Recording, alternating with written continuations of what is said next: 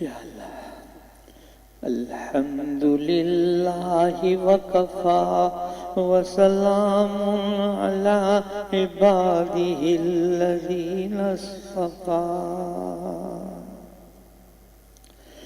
اما بعد فاعوذ باللہ من الشیطان الرجیم بسم اللہ الرحمن الرحیم الف لام را تلک آیات الکتاب الحکیم صدق اللہ العظیم اللہم صلی علی سیدنا و مولانا محمد. یہ سورہ یونس مکہ مکرمہ میں نازل ہے. 109 آیتیں 11 رکوع ہے. اس سے پہلے سورہ توبہ کی آخری آیت آپ نے کل پڑھی تھی. حسبی اللہ لا الہ الا ہو علیہ توکلت وہو رب العرش العظیم. حدیث میں آتا ہے کہ اگر کوئی آدمی صبح کو 7 مرتبہ یہ پڑھ لے 7 مرات تو اللہ جل شانہ ہر چیز سے اس کے لیے کافی ہو جائیں گے. دنیا سے لے کر جنت کے گیٹ تک جتنی منزلیں آنے والی ہیں اللہ ساری آسان کر. تو آج آپ نے جو مناجات بھی پڑھی ہے اس میں وہ 7 کی تفصیل آئی ہے. یعنی جب پہلی دفعہ پڑھے نا تو پھر اپنے دین کا کر میرا ایمان اللہ کی مضبوط حسبی اللہ لدینی. اور دوسری دفعہ پڑھے تو یا اللہ یہ میری دنیا، یہ میرے بچے، یہ میرا ملک، یہ میرا محلہ، یہ میرا خاندان، اللہ جی ان کے معاملات میں آپ کا. اور تیسری مرتبہ پڑھیں یہ سارا آج آپ نے پڑھا حسبی اللہ عند الموت. یا اللہ جس پر اسرائیل آئے گا میری مدد فرما دے. اور چوتھی مرتبہ پڑھیں تو آج آپ نے پڑھا حسبی اللہ عند القبر. یا اللہ قبر میں تاریکی میں تنہائی میں ہاتھ جھاڑ کر سب واپس آئیں گے اللہ جی وہاں میری مدد فرمانا. اور 5ویں دفعہ پڑھیں تو جب اعمال تولے جائیں گے اللہ چند منٹوں میں رزلٹ سامنے آ جائے گا. تو یا اللہ حسبی اللہ عند المیزان. پھر 6ٹھی دفعہ پڑھیں تو وہ حوض کوثر کا تصور کر کے کہ حضرت صلی اللہ علیہ وسلم کے دست اقدس سے ہمیں حوض کوثر کا پانی نصیب ہو جائے. 7ویں دفعہ پڑھیں تو وہ پل سے رہا حسبی اللہ. یہ آپ نے مناجات میں بھی پڑھ لیا ہے.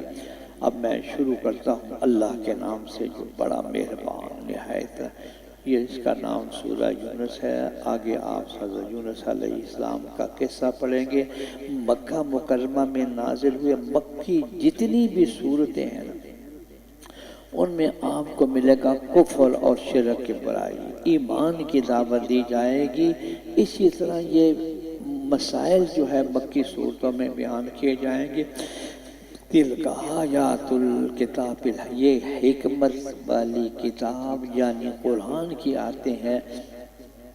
کیا ان لوگوں کو اس بات سے تعجب ہوا ہے کہ ہم نے ان میں سے ایک مکہ مکرمہ کے ایک شخص کے پاس وحی بھیج دی ہے اور یہ تعجب کر رہے ہیں کہ سب آدمیوں کو ڈرائیے اور جو ایمان لے آئے ان کو یہ خوشخبری سنائیے کہ ان کے رب کے پاس پہنچ کر ان کو پورا مرتبہ ملے گا. کافر کہنے لگے یہ شخص تو بلا شک و شبہ سری جادوگر ہے. پھر بلا شبہ تمہارا رب اللہ ہی ہے جس نے آسمانوں کو زمین کو 6 روز کی مقدار میں پیدا کیا، پھر عرش پر قائم ہوا اور وہ ہر کام مناسب تدبیر سے کرتا ہے. اس کے سامنے کوئی سفارش کرنے والا نہیں بدون اس کی اجازت. ایسا اللہ تمہارا رب ہے سو تم اس کی عبادت کرو. کیا تم پھر بھی نہیں سمجھتے ہو؟ تھوڑی دیر کے لیے اگر آدمی آنکھیں بند کر کے یہ سوچ لینا کہ یہ دنیا، یہ سورج، یہ چاند، یہ پہاڑ، یہ سمندر، کوئی کہہ سکتا ہے یہ سورج made in U S A ہے؟ یہ سب خدا کی مصنوعات۔ ساری دنیا مل کر بھی یہ چاہے نا کہ ہم ایسا سورج بنا لیں، ایسا چاند بنا لیں، ایسا سمندر بنا لیں، تو رب العالمین کہتے ہیں کہ میری مصنوعات کا تصور کرو، اندر سے آپ کو خدا لگ رہا۔ یہ تو بڑی چیز ہے۔ میں کہتا ہوں ایک گھاس کا تن کا تو کوئی پیدا کر کے دکھنا ہے۔ دیکھیں گے آپ جگہ جگہ اللہ فرما رہے ہیں تم سب کو اللہ ہی کے پاس جانا ہے۔ اللہ نے بلا شبہ سچا وعدہ کر رکھا ہے، بے شک وہی پہلی بار پیدا کرتا ہے، پھر وہی دوبارہ بھی پیدا کرے گا، تاکہ ایسے لوگوں کو جو کہ ایمان لائے اور انہوں نے نیک کام کیے انصاف کے ساتھ جزا دے، اور جن لوگوں نے کفر کیا ہے ان کے واسطے کھولتا ہوا پانی پینے کو ملے گا، دردناک عذاب ہوگا ان کے کفر کی وجہ سے۔ اللہم اجرنا من النار، اللہم یا اللہ پناہ، یا اللہ ہماری حفاظت فرما۔ وہ اللہ ایسا ہے جس نے آفتاب کو چمکتا ہوا بنایا ہے۔ یہ کس نے بنایا ہے؟ آفتاب۔ اور چاند کو نورانی بنایا ہے، اور اس کے لیے منزلیں مقرر کی تاکہ تم برسوں کی گنتی اور حساب معلوم کر لیا کرو۔ تو اللہ تعالیٰ نے یہ چیزیں بے فائدہ نہیں پیدا کی ہیں، یہ دلائل ان لوگوں کو صاف صاف بتلا رہے ہیں جو دانش رکھتے ہیں، یعنی سب رکھتے ہیں۔ بلا شبہ رات اور دن کے یکے بعد دیگرے آنے میں، اور اللہ تعالیٰ نے جو کچھ آسمانوں اور زمین میں پیدا کیا ہے ان سب میں ان لوگوں کے واسطے دلائل ہیں جو ڈر مانتے ہیں، جو خدا کا ڈر مانتے ہیں۔ اگلی آیت بھی ایک ایک آیت قابل ہے، جن لوگوں کو ہمارے پاس آنے کا کھٹکا نہیں، یعنی ان کے تصور میں بھی نہیں کہ اللہ سے ملاقات ہونی ہے، ذرے ذرے کا حساب دینا۔ جن لوگوں کو ہمارے پاس آنے کا کھٹکا نہیں اور وہ دنیاوی زندگی پر مطمئن اور راضی ہو گئے ہیں اور اسی میں جی لگا پاتے، مطمئنون بہا، اور جو لوگ ہماری آیتوں سے بالکل غافل ہیں، ایسے لوگوں کا ٹھکانہ ان کے اعمال کی وجہ سے دوزخ ہے۔ اعاذنا اللہ یا اللہ۔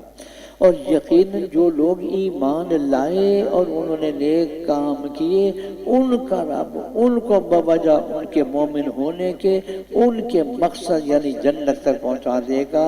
ان کے نیچے نہریں جاری ہوں گی چین کے باغوں میں، کوئی فکر نہیں، چین سکون کے باغوں میں۔ ان کے منہ سے یہ بات نکلے گی سبحان اللہ، اور ان کا باہمی سلام اس میں یہ ہوگا السلام علیکم، اور ان کی آخر بات بھی یہی ہوگی الحمدللہ رب العالمین۔ اور اگر اللہ تعالیٰ لوگوں پر جلدی سے نقصان واقع کر دیا کرتا جس طرح وہ فائدے کے لیے جلدی مچاتے ہیں، تو ان کا وعدہ عذاب کا کبھی کا پورا ہو چکا ہوتا۔ ان لوگوں کو جن کو ہمارے پاس آنے کا کھٹکا نہیں، ان کے حال پر چھوڑ رکھتے ہیں کہ اپنی سرکشی میں بھٹکتے رہیں، اور جب انسان کو کوئی تکلیف پہنچتی ہے، اللہ یہ مشرک غیر مشرک کافر سب کچھ ہے، جب انسان کو کوئی تکلیف پہنچتی ہے تو پھر ہم کو پکارنے لگتا ہے، لیٹے بھی بیٹھے بھی کھڑے بھی۔ پھر جب ہم اس کی وہ تکلیف اس سے ہٹا دیتے ہیں تو پھر اپنی پہلی حالت پر آ جاتا ہے، گویا جو تکلیف اس کو پہنچی تھی اس کے ہٹانے کے لیے کبھی ہم کو پکارا ہی نہ تھا۔ مشرک سے مشرک بھی جو بتوں کے اور کئی انہوں نے خدا بنائے ہوئے سے، جب پھر تکلیف آتی تو پھر دعوا اللہ مخلصین لہ الدین، پھر کسی گت پر نہیں، پھر اسی اللہ کو پکارتے تھے جو رب العرش ہے۔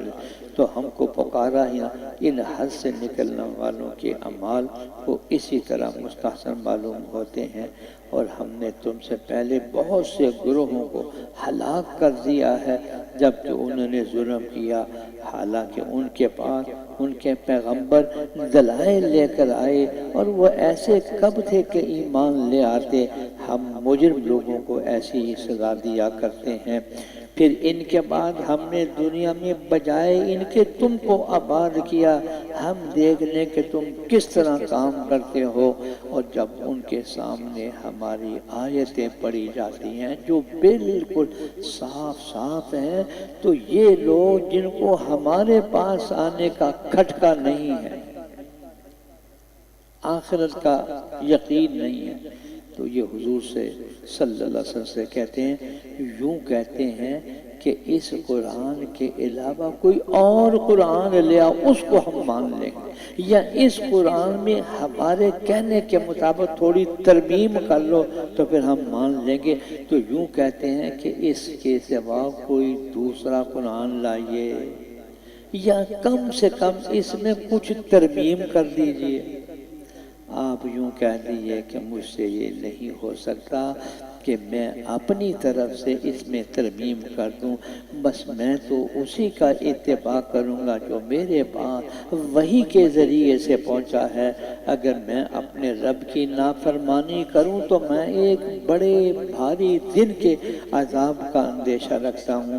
آپ یوں کہہ دیجئے کہ اگر خدا تعالیٰ کو منظور ہوتا تو نہ تو میں تم کو یہ کلام پڑھ کر سناتا، نہ اللہ تعالیٰ تم کو اس کی اطلاع دیتے، کیونکہ اس سے پہلے تو میں ایک بڑے حصہ عمر تک تم میں رہ چکا ہوں، پھر بھی کیا تم اتنی عقل نہیں رکھتے؟ میری ماضی تمہارے سامنے، میری زبان سے کبھی جھوٹا، میری زبان سے کبھی خیانت، میری عمل سے کوئی کسی کو تکلیف پہنچی ہو، تو اس شخص سے زیادہ کون ظالم ہوگا جو اللہ پر جھوٹ باندھے یا اس کی آیتوں کو جھوٹا بتلائے۔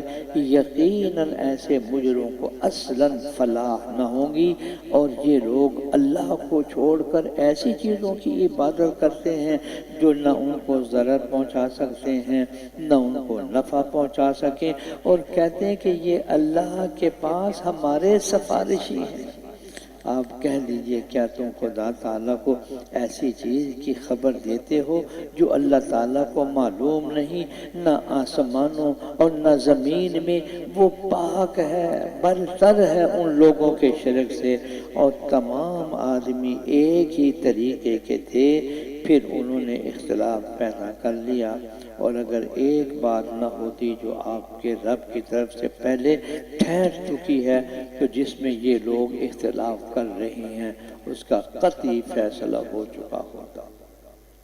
اور یہ لوگ یوں کہتے ہیں کہ ان پر کوئی معجزہ کیوں نازل نہیں ہوا، سو آپ فرما دیجئے کہ غیب کی خبر صرف خدا کو ہے، تو تم بھی منتظر رہو، میں بھی تمہارے ساتھ منتظر رہتا ہوں، نتیجہ سامنے آ جائے گا، پتہ چل جائے گا کہ فیصلہ کس کے حق میں ہوتا ہے۔ اور جب ہم لوگوں کو بعد اس کے کہ ان پر کوئی مصیبت پڑ چکی ہو کسی نعمت کا مزہ چکھا دیتے ہیں، تو فوراً ہی ہماری آیتوں کے بارے میں شرارت کرنے لگتے ہیں، یعنی اعراض کرتے ہیں۔ آپ کہہ لیجئے کہ اللہ تعالیٰ اس شرارت کی سزا بہت جلد دے گا، بالیقین ہمارے فرشتے تمہاری سب شرارتوں کو لکھ رہے ہیں۔ اللہ، اور وہ اللہ ایسا ہے کہ تم کو خشکی اور دریا میں لیے پھرتا ہے، یہاں تک کہ جب تم کشتی میں ہوتے ہو اور وہ کشتیاں لوگوں کو موافق ہوا کے ذریعے سے لے کر چلتی ہیں، اور وہ لوگ ان سے پھر خوش ہوتے ہیں، اور ان پر اگر ایک جھونکا مخالف ہوا کا آتا ہے اور ہر طرف سے ان پر موجیں اٹھی چلی آتی ہیں، اور وہ سمجھتے ہیں کہ اب ہم برے آ گھرے ہیں، اس وقت سب خالص اعتقاد کر کے صرف اور صرف اللہ ہی کو پکارتے ہیں۔ یہ مشرک اور کفار کا حال ہے، پھر لات عزا کا نام نہیں لیتے، پکارنے لگتے ہیں کہ اے اللہ اگر آپ ہم کو اس مصیبت سے بچا لیں تو ہم ضرور حق شناس بن جائیں گے۔ پھر جب اللہ تعالیٰ ان کو اس سے بچا لیتا ہے تو فوراً ہی وہ زمین میں ناحق کی سرکشی کرنے لگتے ہیں، اے لوگو سن لو، یہ تمہاری سرکشی تمہارے لیے وبال جان ہونے والی ہے۔ دنیاوی زندگی میں بھی حظ اٹھا رہے ہو، پھر ہمارے پاس تم کو آنا ہے، پھر ہم سب تمہارا کیا ہوا تم کو جتلا دیں گے اور اس کی سزا دیں گے۔ پس دنیاوی زندگی کی حالت تو ایسی ہے جیسے ہم نے آسمان سے پانی برسایا، پھر اس پانی سے زمین کے نباتات جن کو آدمی اور چوپائے کھاتے ہیں خوب گنجان ہو کر نکلے، یہاں تک کہ جب وہ زمین اپنی رونق کا پورا حصہ لے چکی اور اس کی خوب زیبائش ہو گئی، اور اس زمین کے مالکوں نے سمجھ لیا کہ اب ہم اس پر بالکل قابض ہو چکے ہیں، تو ایسی حالت میں دن میں یا رات میں اس پر ہماری طرف سے کوئی حادثہ آ پڑا، سو ہم نے اس کو ایسا باغ کو زمین کو صاف کر دیا کہ گویا کہ کل وہ موجود ہی نہیں تھا۔ ہم اسی طرح آیات کو صاف صاف بیان کرتے ہیں ایسے لوگوں کے لیے جو سوچتے ہیں، اور اللہ تعالیٰ دار البقاء کی طرف تم کو بلاتا ہے، اور جس کو چاہتا ہے راہ راست پر چلنے کی توفیق دیتا ہے۔ جن لوگوں نے نیکی کی ہے ان کے واسطے خوبی یعنی جنت ہے، اور مزید جنت کے علاوہ مزید بنا خدا کا دیدار بھی ہے۔ رب العالمین اہل جنت کو، لمبی روایت ہے میں پھر قسمت بیان کر دوں گا، کہ سب سے لطف لذت ساری جنت کی نعمتیں ایک طرف، جو لطف اور لذت اللہ کے دیدار میں ہوگا وہ ساری جنت کی نعمتوں سے بدلے گی، اور مزید بنا خدا کا دیدار بھی، اور ان کے چہرے پر نہ کدورت غم کی چھائے گی نہ ذلت۔ یہ لوگ جنت میں رہنے والے ہیں، وہ اس میں ہمیشہ رہیں گے، اور جن لوگوں نے بد کام کی ہے ان کی بدی کی سزا اس کے برابر ملے گی، اور ان کو ذلت چھا لے گی، ان کو اللہ کے عذاب سے کوئی نہ بچا سکے گا، گویا ان کے چہروں پر اندھیری رات کے پرت لپیٹ دیے گئے ہیں۔ یہ لوگ دوزخ میں رہنے والے ہیں، وہ اس میں ہمیشہ رہیں۔ یا اللہ ہمیں محفوظ فرما، یا اللہ ہمیں۔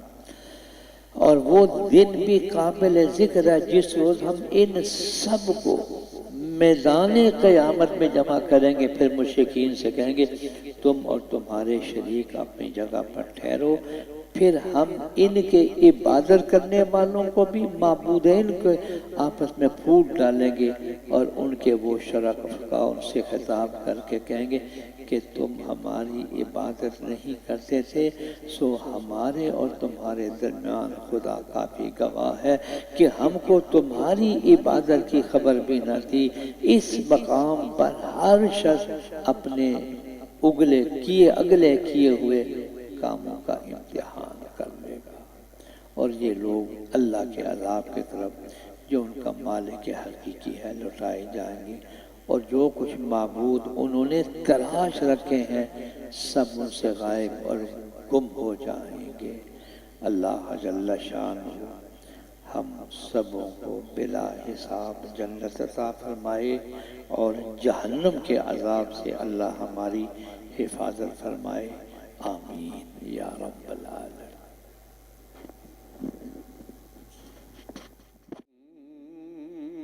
بعد فأعوذ بالله من الشيطان الرجيم بسم الله الرحمن الرحيم قل من يرزقكم من السماء والأرض أم من يملك السمع والأبصار ومن يخرج الحي من الميت ويخرج الميت من الحي ومن يدبر الأمر فسيقولون الله فقل أفلا تتقون فذلكم الله ربكم الحق فماذا بعد الحق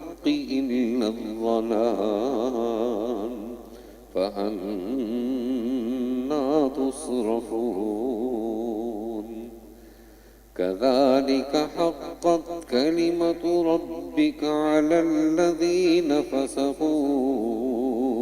أنهم لا يؤمنون صدق الله العظيم وصدق رسوله النبي الكريم ونحن على ذلك لمن الشاهدين والشاكرين والحمد لله رب العالمين. اللهم رب اشرح لي صدري ويسر لي أمري واحلل عقدة من لساني يفقهوا قولي. اس رکوع کے اندر جن کی میں نے تلاوت کی، اس میں اللہ تعالیٰ کی صفات میں سے صفت رزاقیت کا ذکر ہے.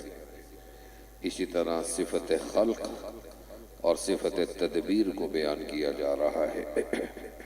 اس کی ہر صفت کے جو جلوے نظر آتے ہیں وہ دلیل ہے اس کی وحدانیت کی.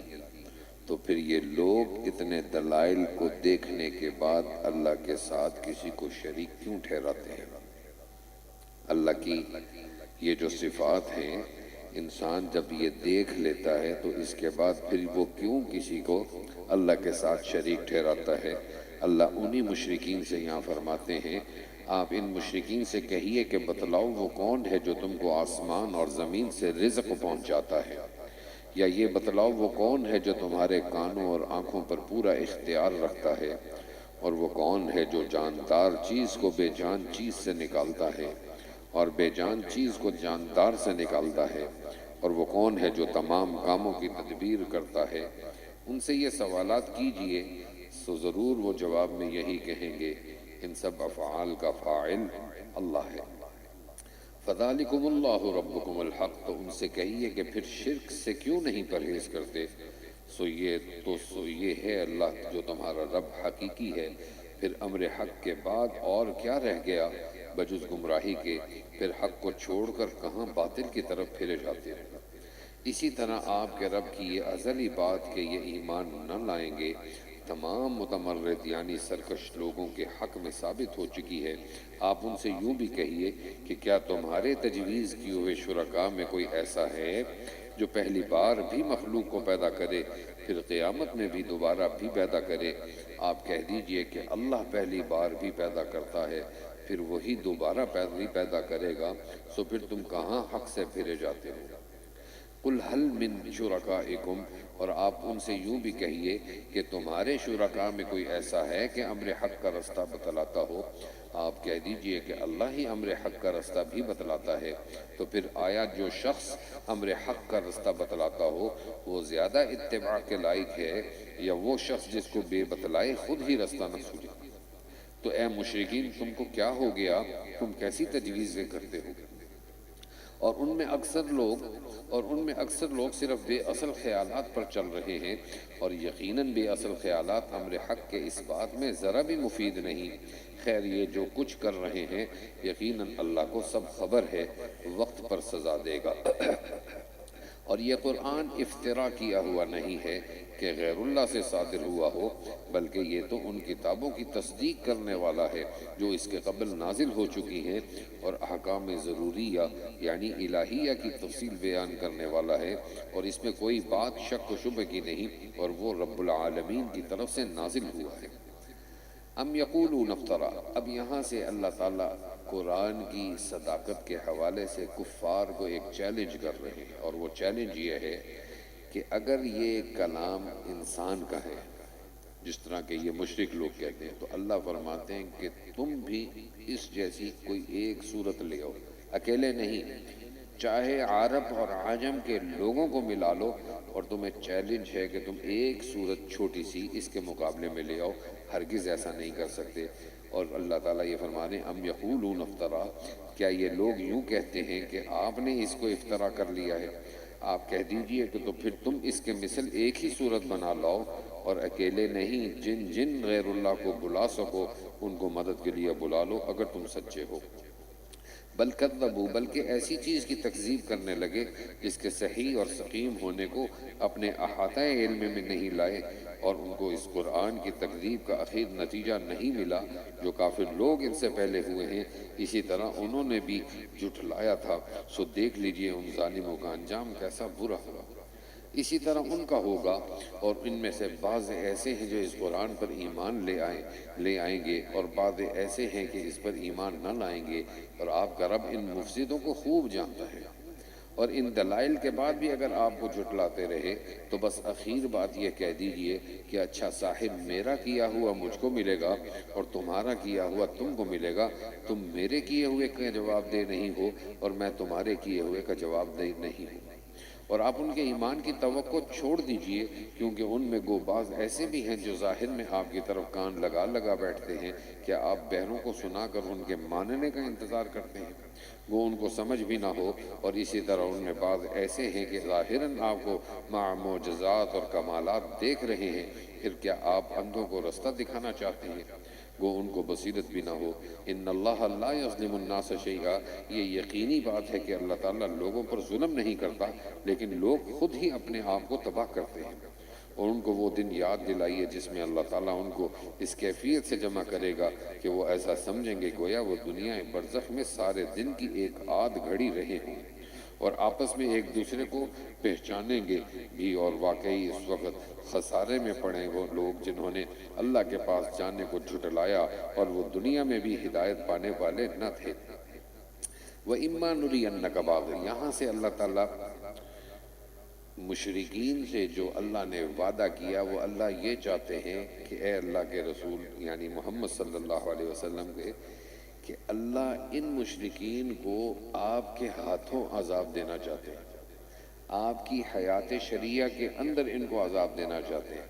اللہ یہ فرما رہے ہیں کہ محمد آپ بھی ہمارے پاس اگر بالفرض انتقال کر کے آگے وفات پا گئے تو ان لوگوں نے جو شرک کیا ہے ہمارے پاس ہی آنا ہے، پھر ان کے اعمال کا احتساب ہم کریں گے۔ اسی کے بارے میں اللہ فرما رہے ہیں، اور جس عذاب کا ان سے ہم وعدہ کر رہے ہیں اس میں سے کچھ تھوڑا سا عذاب اگر ہم آپ کو دکھلا دیں یا اس کے نزول کے قبل ہی ہم آپ کو وفات دے دیں، سو ہمارے پاس تو ان کو آنا ہی ہے۔ پھر سب کو معلوم ہی ہے کہ اللہ ان کے سب افعال کی اطلاع رکھتا ہے، اور ہر امت کے لیے ایک حکم پہنچانے والا ہوا۔ سو جب ان کا وہ رسول ان کے پاس آ چکتا ہے اور احکام پہنچا دیتا ہے تو اس کے بعد ان کا فیصلہ انصاف کے ساتھ کیا جاتا ہے اور ان پر ذرا ظلم نہیں کیا جاتا۔ اور یہ لوگ کہتے ہیں کہ اے نبی، اے مسلمانوں، یہ وعدہ عذاب کا کب واقع ہوگا؟ اگر تم سچے ہو تو واقع کیوں نہیں کرتے؟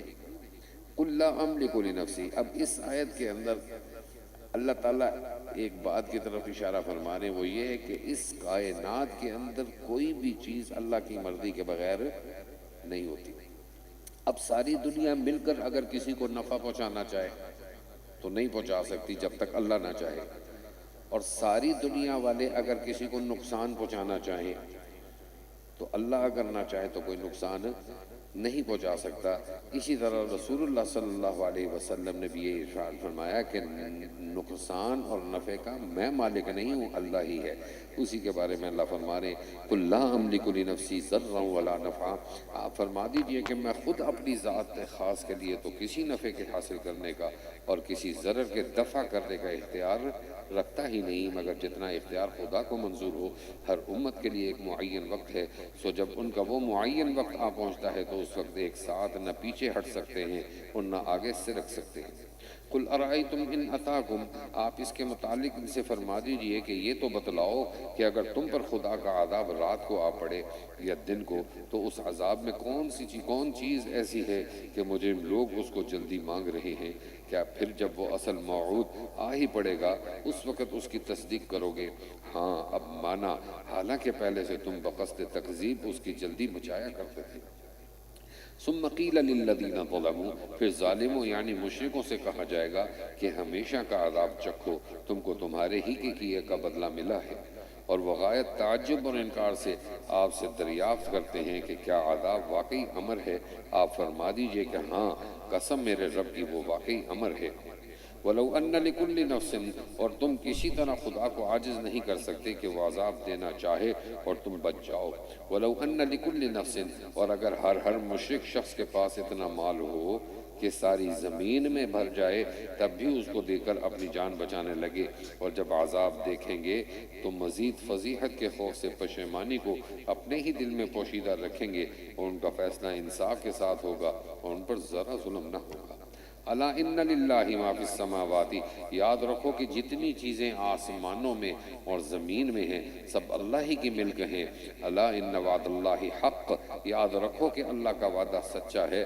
بس قیامت ضرور آئے گی لیکن بہت سے آدمی یقین ہی نہیں کرتے، اور وہی جان ڈالتا ہے اور وہی جان نکالتا ہے، اور تم سب اسی کے پاس لائے جاؤ گے اور حساب و کتاب ہوگا. یا ایہا الناس قد جاءتکم، یہاں پر اللہ تعالیٰ قرآن پاک کی 4 صفات کو ذکر فرما رہے ہیں، اور وہ 4 صفات کیا ہیں؟ قرآن نصیحت ہے، قرآن شفا ہے، قرآن ہدایت ہے، قرآن رحمت ہے. اللہ اسی کے بارے میں فرما رہے ہیں کہ لوگوں تمہارے پاس تمہارے رب کی طرف سے ایک چیز ایسی چیز آئی ہے جو برے کاموں سے روکنے کے لیے نصیحت ہے، اور دلوں میں جو برے کاموں سے روک ہو جاتے ہیں ان کے لیے شفا اور رہنمائی کرنے والی ہے، اور رحمت اور ذریعہ ثواب ہے. قل بفضل اللہ، ایمان والوں کے لیے قل بفضل اللہ، آپ ان سے کہہ دیجئے تو بس لوگوں کو خدا کے اس انعام اور رحمت پر خوش ہونا چاہیے. وہ اس دنیا سے بدرجہ بہتر ہے جس کو وہ جمع کر رہے ہیں. اب یہاں سے پھر یہ وہی مضمون جو پہلے آپ نے متعدد بار پڑھ لیا، کسی کو اس بات کی اجازت نہیں کہ کوئی حلال چیز کو حرام کر دے اور حرام چیز کو حلال کر دے.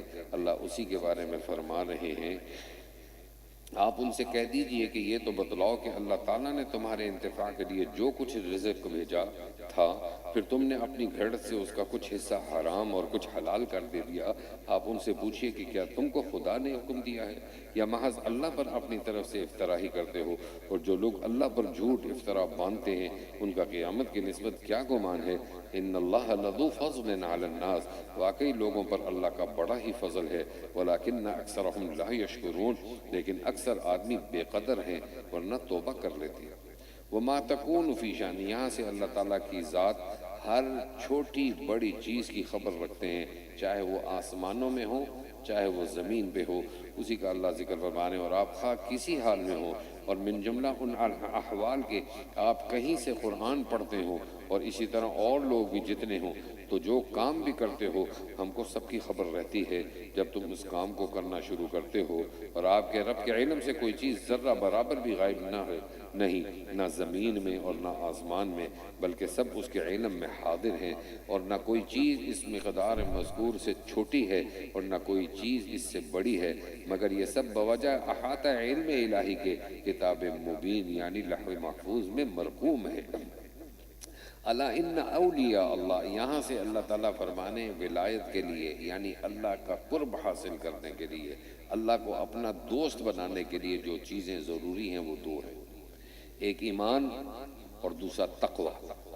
اب روایات میں آتا ہے کہ پوچھا گیا کہ اولیاء اللہ کے بارے میں تو آپ صلی اللہ علیہ وسلم نے یہ ارشاد فرمایا یہ وہ لوگ ہوں گے جو اللہ کے واسطے آپس میں محبت کریں گے، اللہ کے دین کی وجہ سے ایک دوسرے سے محبت کریں گے کہ یہ اللہ کے دین پر خوب عمل کرنے والا ہے اس لیے اس سے دوستی کرو.